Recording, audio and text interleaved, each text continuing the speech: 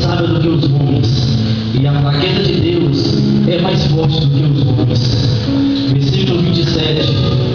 Pelo contrário, Deus escolheu as coisas loucas do mundo para envergonhar os sábios, e escolheu as coisas fracas do mundo para envergonhar as fortes.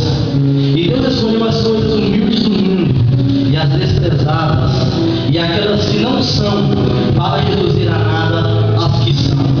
Poder assentar, glorificando o nome do Senhor Jesus. Igreja, Deus ele tem dado continuidade ao que ele tem falado. Se nós pararmos para fazer uma reflexão de todas as festividades que foi feita este ano, de todos os trabalhos que foi realizado, em todos os departamentos, Deus praticamente falou a mesma coisa, de forma diferente. Às vezes, capítulos, versículos diferentes, mas o objetivo, o conteúdo era o mesmo. E eu fiquei muito feliz quando eu estava vindo para a igreja. Uma irmã me parou na rua, debaixo daquela chuva, chorando, pastor. E ela falou assim: olha, irmã, está acabando o ano e Deus não se cansa de me surpreender. Eu estava praticamente uma semana passando fome, bebendo água com meus filhos, e eu orando para Deus, e eu fui fazendo campanha, e nada acontecia. Uma semana eu e meus filhos bebendo água. Mas quando foi hoje, meu velho, chegou um rapaz lá do mercado e falou: olha, mandaram entregar essa compra aqui para você. E o detalhe, pastor, ela não comentou isso com ninguém. Deus a todos os momentos tem nos surpreendido. Antes que o ano termine, Deus vai te surpreender se você tem sua dor no nome do Senhor. Aleluia! Jesus ele faz assim. Deus ele é terrível. A Bíblia nos relata, nos conta a história de um homem chamado Ori. O nome dele, o significado dele significa adorador do Senhor. Este homem ele era comandante, chefe sobre o governo do rei de Israel. Mas logo depois que ele era governante, o rei foi assassinado. No momento em que o rei foi assassinado, os soldados a qual ele governava, a qual ele comandava, colocou ele como rei de Israel no lugar do sucessor que foi morto. Mas esse homem fazia tudo que era contra a vontade do Senhor. Ele praticava vários pecados. E quando ele estava no reinado, ele fez um tratado com Ben-Hadad, rei de Damasco, entregando algumas cidades das fronteiras. Logo depois ele foi morto. E o seu filho, chamado Acabe, assume o trono no lugar do seu pai. Acabe, ele era um homem que veio de uma família de políticos. E a família de Acabe, além do pai ter sido rei e Acabe ter assumido o reinado, a família era uma família muito tradicional da época. Era uma família que estava no poder através de um golpe. E foi passando a história. E o rei Acabe começou a praticar uma política. Que essa política era uma política de uma nova aliança. Era uma política corrompida. Às vezes imaginamos que a corrupção está no Senado, está no tribunal. Às vezes somos julgados até na igreja. A corrupção está na igreja. Eu escuto muitas pessoas dizer isso. Igreja, mas a corrupção não está no Senado, não está no tribunal, não está na igreja. Mas a corrupção está no DNA das pessoas que têm acreditado em fazer tal prática de pecado. O que me deixa triste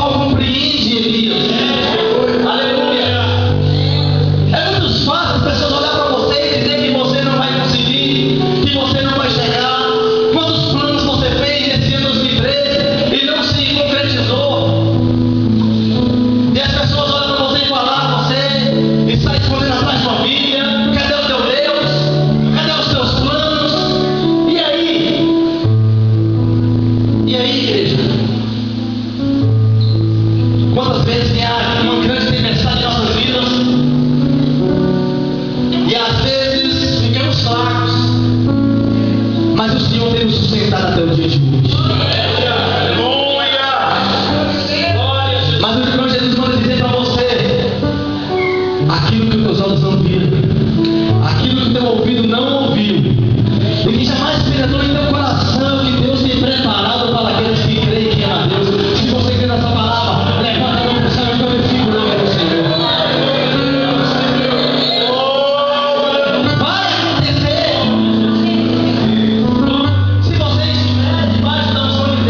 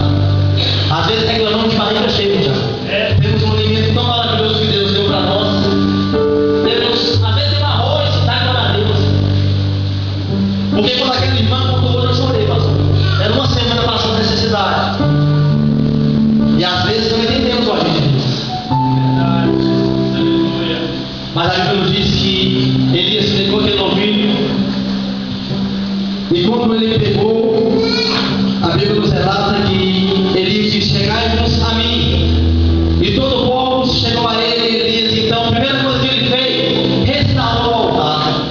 Aleluia. O altar estava em ruínas. Aleluia. E depois que ele restaurou o altar, a Bíblia nos relata que ele tomou 12 pedras, segundo o número das tribos de Jacó, e deu nome àquelas pedras que simbolizavam as tribos, dizendo: Israel será o teu nome. Depois daquelas pedras, ele edificou o altar em nome do Senhor. Depois fez um rego em redor daquela lenha, colocou a lenha, e aquele rego era como uma semeada. A Bíblia relata que Elias pegou 4 canos, mandou encher de água, mandou jogar sobre o novilho, e mandou jogar pela segunda vez, jogou pela terceira vez. E a Bíblia nos relata que aquele novilho ficou todo molhado, o rego ficou cheio de água, a lenha ficou toda molhada. A primeira coisa que temos que fazer, Deus, aleluia. é consertar o nosso altar, consertar a nossa casa, a nossa vida, consertar o nosso corpo, Aleluia. para que possamos receber de Deus. E a Bíblia nos relata que naquele momento Elias então, devido ao tempo, Elias então apresentou a oferta a Deus e disse: ó Senhor Deus de Abraão, de Isaque e de Israel, fique hoje sabido que tu és Deus em Israel, e eu sou teu servo e fiz segundo a tua palavra, fiz todas essas coisas. Responde. Eu convido a igreja para se colocar de pé.